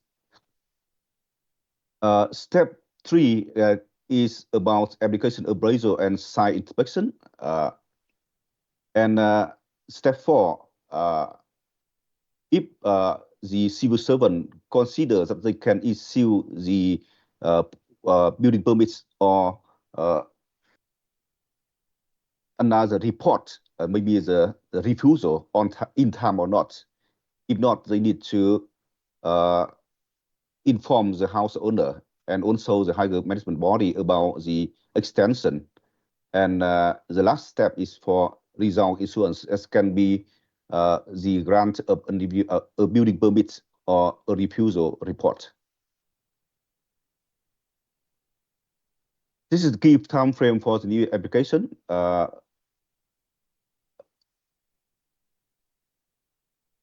If there are some missing documents or information, the householder will be given about 7 working days to submit the additional documents, and they have maximum 2 times to submit the required additional document, not more than that. The local government agency is given 5 working days for checking the first supplemented documents, and if the supplemented documents still do not satisfy, they can issue a refusal notification, and the time frame is within 3 working days. In total, the construction permit decision can be sent out within 15 days, and for some specific special conditions, an extension may be applicable, but not more than 10 days. And in the process of issuing the construction permit, a building permit, the government agency in charge may need to consult other government agency, and those government agencies must respond within 12 days. If not, they are considered to agree with the application. This is a list of the application documents that a household need to submit in for applying for building permit. The letter of application, copy of the proof of land use rights, some construction design drawings, and additional documents. Excuse me. Based on the Quan, please come to an end. Okay. This is my proposal work. You can see with the application, and then the contract can be created, and then some processes can be done, and the transaction can be conducted to verify the documents and application. This is the applicant's validity checks process, and we brought a theoretical framework for the smart contract 1, where application validity check. The next step for document check and site inspection. This process, and this is a list of the agency to be consulted. And the smart contract 2 for document check and site inspection. And this is the process for related government authority consultation. And smart contract 4 for that. And this is final decision process, and smart contract 4 for the final decision. Right. And this solution can bring a number of benefits, like reducing the duration for processing and exchanging correspondence among related government agency, and then can facilitate the construction permit automation and enhancing the accuracy, and some more benefits. And because this is only the first stage of our research project, so we just stop at the conceptual framework, and we need some more time, to develop it in further, right? Thank you very much for listening to my talk. Thank you. Thank you very much, Quan. I'm surely have to visit you, of course, only for business reasons. Thank you very much. Is there any question in the audience? There's one from Odilo.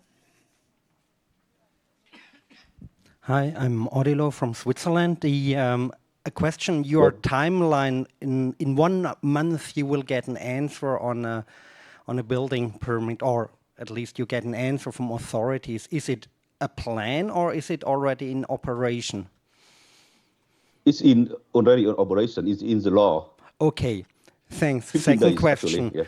Now, all the Germans and German-speaking countries probably now face a political problem because it sometimes takes their 2 to 5 years to get a building permit.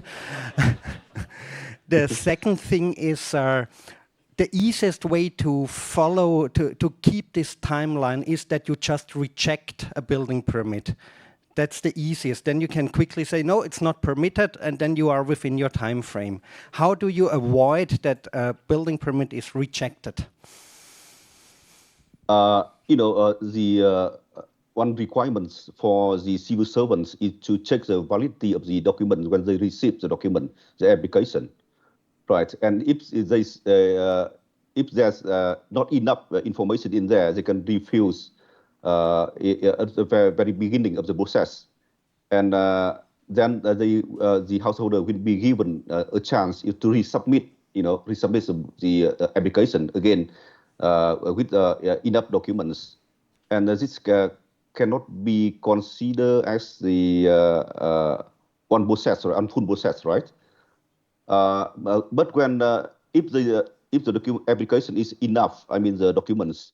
And then the 15 days will be calculated from that. And during the process, householder will be given 3 times, to send in some additional documents. And because we've got like something like the administration's procedure, it must be publicized by the government agency. For the public to know about the process, and in the large city like Hanoi, the capital, and Ho Chi Minh City in the south of Vietnam, the households will be tested. They will be notified about the process of the application during the process, and if there are something, I think it's not proper. They can send in a claim. Just a moment. I think we, because we are running out of time, I think we write down a LinkedIn post on that, because as I'm German native, I think we should tell them what's going on in Vietnam. It's quite impressive, isn't it? Yeah, but please remember we contact that this is for individual house. Yes, individual house, not for projects. Don't worry, there are many houses. Thanks. So thank you very much, Quan. Thank you very much. To Vietnam. It's your applause. Thank you very much. Actually, I think 2 years is quite fast, but well. He's gone already. So thank you very much. Now we started in Switzerland. We finish in Switzerland, of course. And it's my pleasure to welcome Odilo Schoch from Pedro. I don't know the English expression. Federal Roads Office. Whatever, exactly. It's something to do with roads in Switzerland. And he's talking about checking 50 years, overview of requirements on DBP from viewpoint of a public road authority. Enjoy. Stage is yours. So, thank you. Good morning. Soon the coffee break comes, but before I would like to share thoughts. It's not a research paper, I'm excused for that, but I'm happy to have this audience here and that so many people come, because of course we want to have a digital building permit. And the cool thing is, for us, because we are on the federal government level, not like the first speaker who says all this canton, we actually can do it now. The legal framework is existing. That's the cool thing. But we need trust. And therefore, I would just like, because we have seen so many PowerPoint slides and not yet running software, I would like to simply highlight that we, the authority, do have some requirements. And the very simple thing is, how can we recheck the building permit, this process, in 50 years onward? If you the researchers, the software developers, the consultants would consider that. It would be very great because we do have the challenge that it's about a lot of money and responsibility. For example, us, the Swiss Federal Road Authority, we own almost all the highways. Some are as well in Geneva, and of course the canton of Geneva has as well something in the structure of a highway. But we have to provide the usability and actually the safe usability. We don't have an insurance if there's an accident because we didn't follow the law or the regulation. So we need to pay. And so it's written, engraved in the law. Therefore, we do have another point of view on the digital building permit. And to summarize it, we would love to have it because we have a shortage of labor, because skilled engineers that can perform a building permit, and we do have a shortage of money. So the parliament is always reducing the money for us, in particular on staff. So the digitalization allows you to speed up because of the semi or fully automated processes. So those with the good glasses and the eyes in the back, this says just look like 50 years onward. It's quite a long time. Can we actually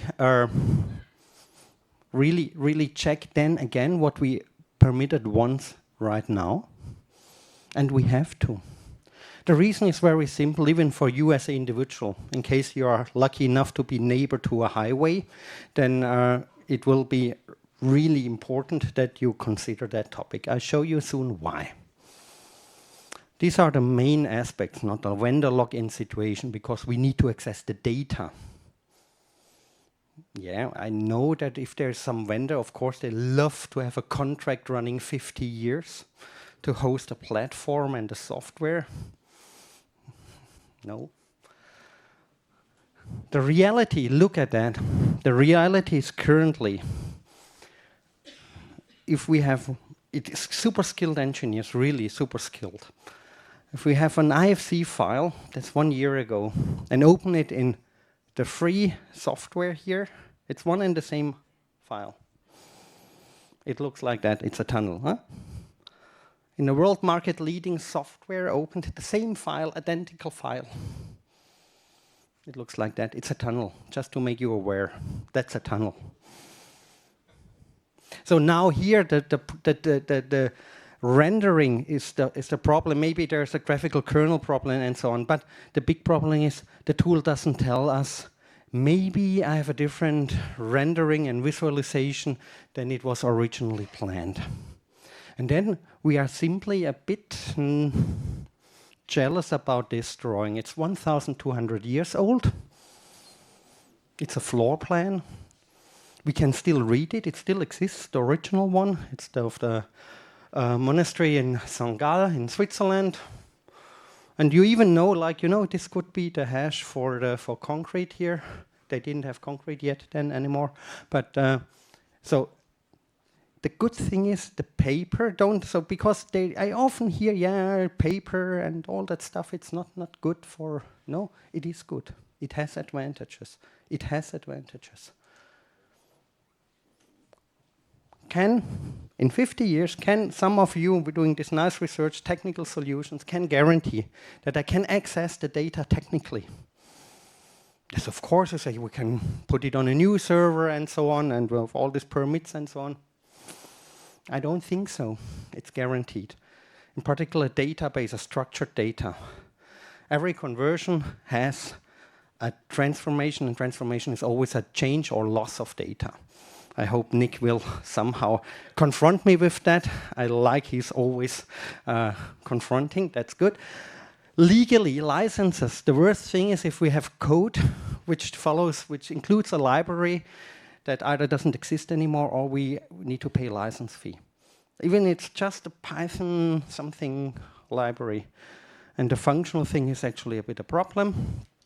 Therefore, we can rewrite code and so on, but the paper simply has advantage. Now you could say, we, the Swiss Federal Roads Office, we decided last year to not have any more paper documents, like all the documents, and there are 9,000 pages necessary for a 1 billion euro project. We currently have it for the tunnel underneath the Tunnel Rhine in Basel, Bale. Who is him? And so we now have it digitally, of course, as PDFs. What else? But we want to just to have this small problem solved, as an example. If you have an arc, a circle, a clotoid, that's for us the big structures like 1 kilometer arc. The radius is 1 kilometer. And if it is saved as a polygon, maybe your piece of land will have 10 square meter less or more. More you wouldn't worry, but 100 you would probably worry because you need to cut the grass and take care. But if it's on your negative side, if you cut because just the software rendered it 5 years later, and we had it, we tested many platforms, we had it. The rendering issue is a big problem. If it's just this problem, then you see this is one of this nice building permit process document. It is immediately some issue. Just one thing. And the reason is real, because we currently cannot force the engineers, the data authors, to not use, for example, BREPs.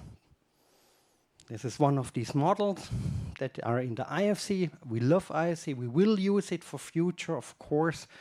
But there, it is definitely a polygonalization of a circle.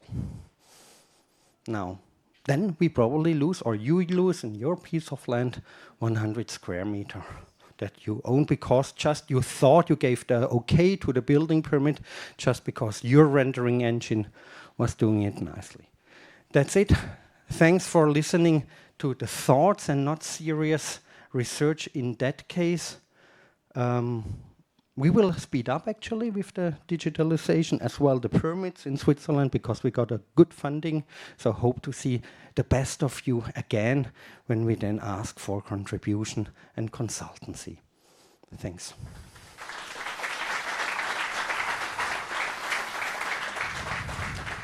Thank you very much, Odilo. Your land is my land. If I see this kind Bee Gees as well. I don't expect me to sing. Interesting note that the plan of the monastery is the first drawing in the world with the right scale. So it's a 1:1, not a 1:1, it's a 1:100 scale, the first plan in the world. So are there any questions? No? There. Yes, Challenge. Of course, in the last corner of the room. Thank you. Really, really interesting presentations. I think you really did good points about our issue. I work for a software company, so yeah, I would like to take those back. And my question is, are you considering other file formats, standardized file formats, rather than IFC? Because our approach here is that software has a lot of standardized formats, not just focus on construction, but in other multiple issues of the software. And yeah, that was a question. We believe that IFC is a great format, but as you see, the rendering problem is real. You open the same project in different software vendors, you will see it differently. For that purpose, we are, for example, using GLTF, which is a standardized format that you can open anywhere and it will look the same. So yeah, just giving you that information. And yeah. Please no religious discussions, please. So. Yeah, there's a follow-up question, and then I summarize it, hopefully efficiently. Yeah, hello, my name is Pedro Mêda, and I have been working with the IFC files since 1995, when they came up. I didn't invent them, definitely not. And first 10 years I didn't like them, and all the programmers were against them. But it was about 2010 when there was a breakpoint in Finland when the construction companies started to use it. And on construction side, it's quite heavily used now at the moment. But when you go to the land use and roads, then definitely you need to have a better definitions of those clodoids, definitely, and which is a problem there. But I still would say that if you are trying to archive documents, the IFC is very good because it's the text file. It's next to the drawing file, I would say. So after 100 years, you still can program a new application to read it and visualize it much better. How do you see it now at the moment? Okay, that's all. Thanks. Thank you very much. We now know one of the very first users. Now, summary, the two questions together. The National Swiss Archive, the Federal Archive, only accepts sort of ASCII style documents and PDF-A. So the cool thing about the IFC is it is text. Maybe the GLTF and so on, and JSON could be as well. Now, there are two considerations. Of course, we will explore, we didn't explore to give the answer, whether they are better hand-over storage format schemata than IFC, because we didn't have the money yet. It will change. So we will look and we will assess these are the criteria as well, besides many others, because the building permit process is actually, for us, quite easy. It's not that difficult, the semi-automated. Now, the big problem is the public procurement law. We cannot ask a file format, very simply, that is not dominated or possible in the broad market, because then we are discriminating, and that's the big problem. So we are now lucky that there is this original designed as a documentation format IFC that almost everyone, we can press the export button. The data quality is quite difficult to handle, but there's something there, so we can ask for it. Now, we don't really want to wait 10 years again till we made the market aware that there's something else. And the GLTF, we need to handle the alphanumeric data, so maybe with the ICDD we could make a combination and so on. We don't want to wait 10 years. So, but the storage thing, that's the other story. So, and we think there might be possibilities. So that's an excellent final words. Not final words, but last words. Bye. Thank you very much, Odilo. And this concludes our travel around the world from Switzerland to Switzerland. And I would like to thank you very much for listening, and thank you, Judith and Francesca, for hosting us today. Thank you very much.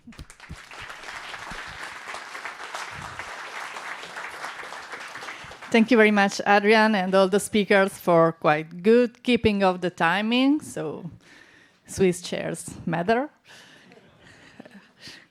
And before going to the coffee breaks and also following up on the Odilo remark that we saw slides but not software so far, I'd like to welcome Pablo Gilabert on the stage. Where are you? Okay. Who will make the first of our sponsor talks. So sponsors made also coffee breaks possible. So please listen to him carefully, and please, the stage is yours. Thank you.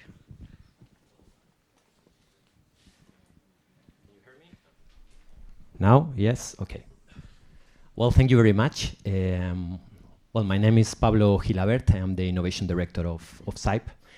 I don't know if you know my company, CYPE. I will show you some figures to sum up who we are. Well, we have been working in this area during more than 40 years, developing software of many different areas like architecture, structures, energy efficiency, building services. We are almost 200 people here in Spain, and then we have more than 30 resellers all over the world, and currently we have more than 100,000 customers all over the world. Well, this is a commercial speech, and now I will try to share with you our vision in terms of building permit. Okay, I don't know if you saw the title of the presentation. I don't want to talk about BIM. I think we have seen these slides hundreds of times. And well, I think we already know why it's important working with BIM on how should we implement BIM in our offices. So the title of my presentation is What is Beyond BIM? Yesterday night I was preparing the presentation, last minute like always, but I was checking this tool of Google. I don't know if you know this, is Google Trends. It's to know the popularity of one specific concept all over the world. So I wrote BIM, and the truth is that the popularity of BIM has been growing during the last, I don't know, 20 years. But since 2020, this curve has become flat. I guess it can give us an idea of the level of maturity of the industry. I think most of the people already know what is BIM, and maybe they are not applying it, but they will. So I think it's a good time to think about the future, about future challenges. So we are trying to research about digital twins, building permits, prefabrication, new technologies, artificial intelligence. And today I would like to focus on building permits, okay? And I would like to focus on the Spanish context. Like in many countries, if we want to obtain the license to build our project, we need to pass through a revision process. And in Spain, there is a bottleneck here because we have to wait almost a year in most of the cases, depending on the city. No? But the average is between 8 months and 14 months. And this is crazy. It's a real problem. And we were wondering if we could help to reduce these numbers by using BIM data, by using technology. The problem here is a problem of low accuracy. When we detail our projects, I'm an architect, we don't define everything with a good level of detail.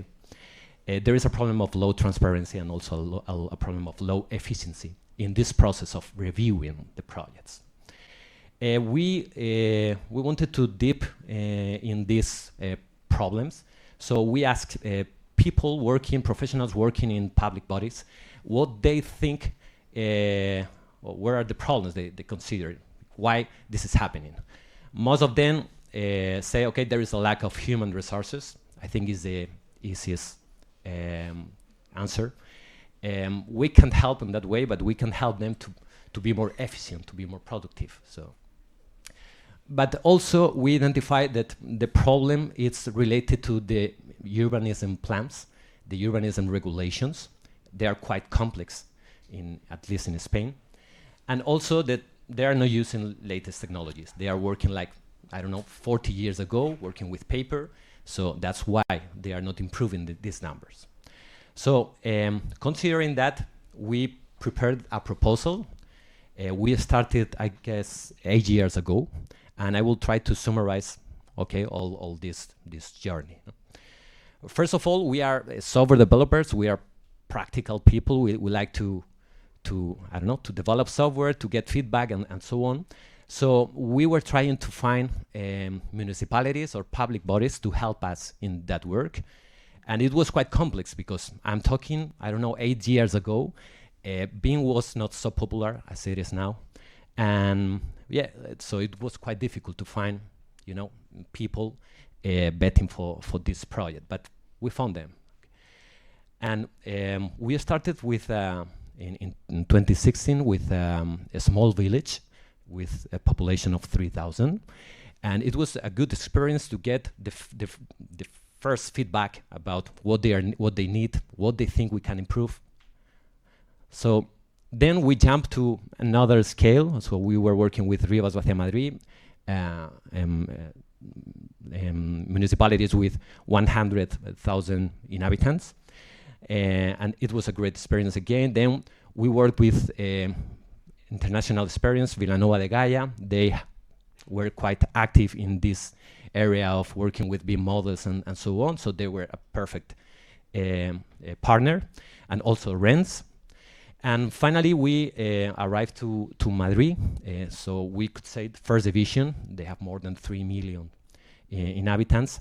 And we were quite surprised because they were quite active in that area. So I would like to thank you. They are here. I would like to thank you, their commitment in this area, because they really believe they could improve the processes in order to be more productive. Right now we are working with some other municipalities. This is the case of Czech with Lisbon, Prague, and some others. No?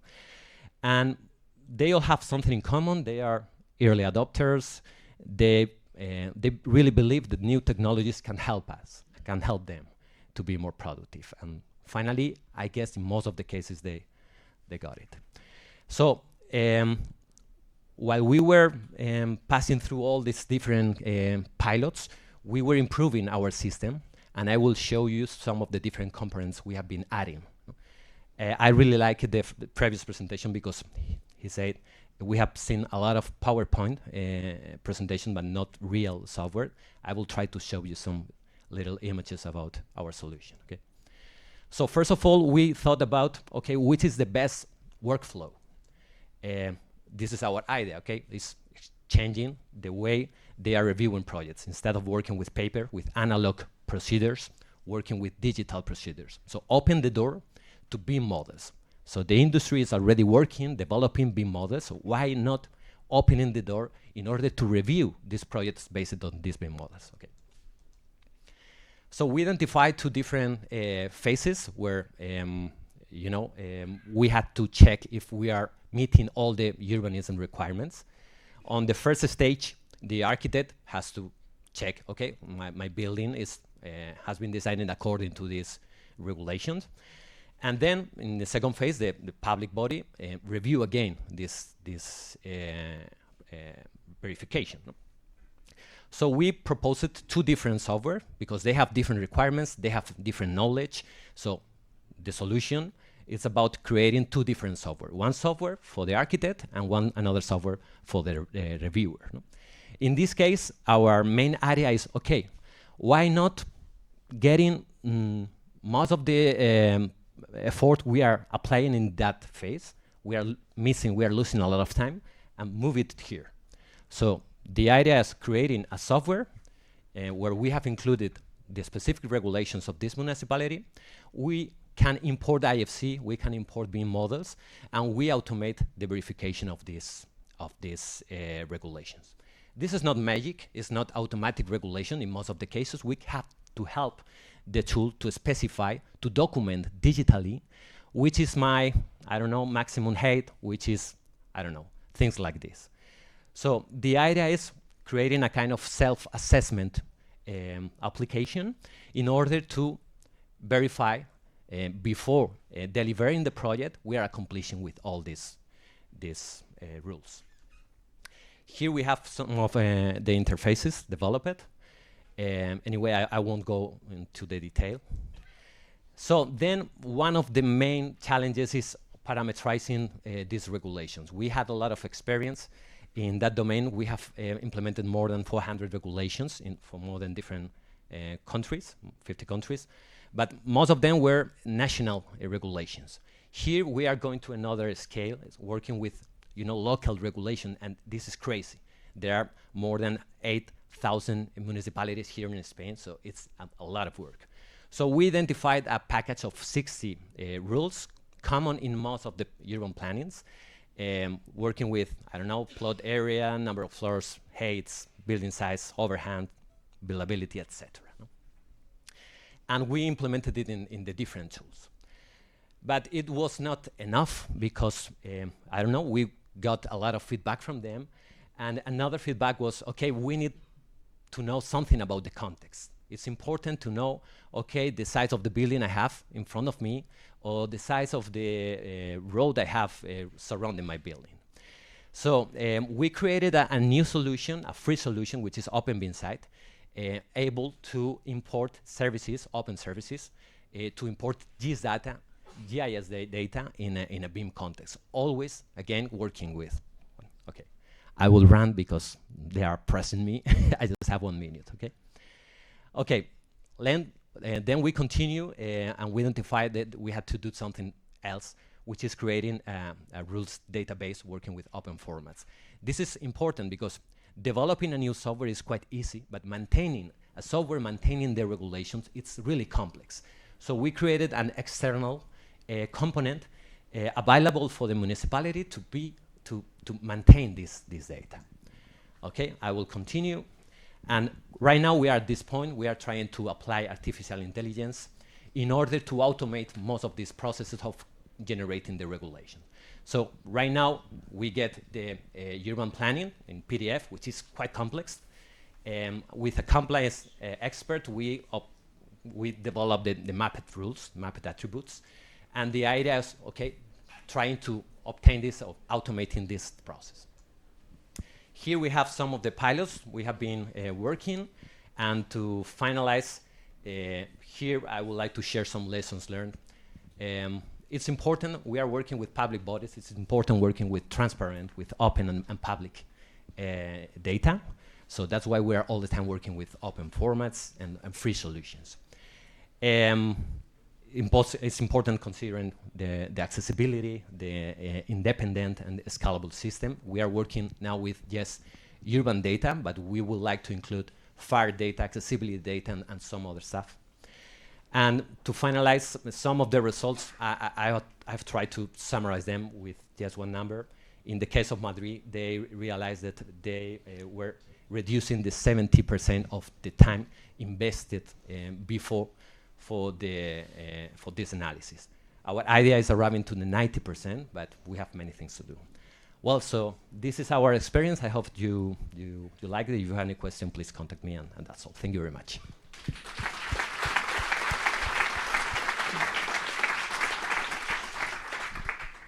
Thank you very much, Pablo. I wanted to ask for a quick question, but I'm afraid we don't have really time. So you can find, anyway, for the whole conference, Pablo and the whole CYPE teams upstairs, close to the coffee and at their desks. So you have plenty of time for ask them for plenty of questions. And I really invite you to do so. And now I think we can go to a short but effective coffee break and see you here at 11:30. Thank you very much, everyone.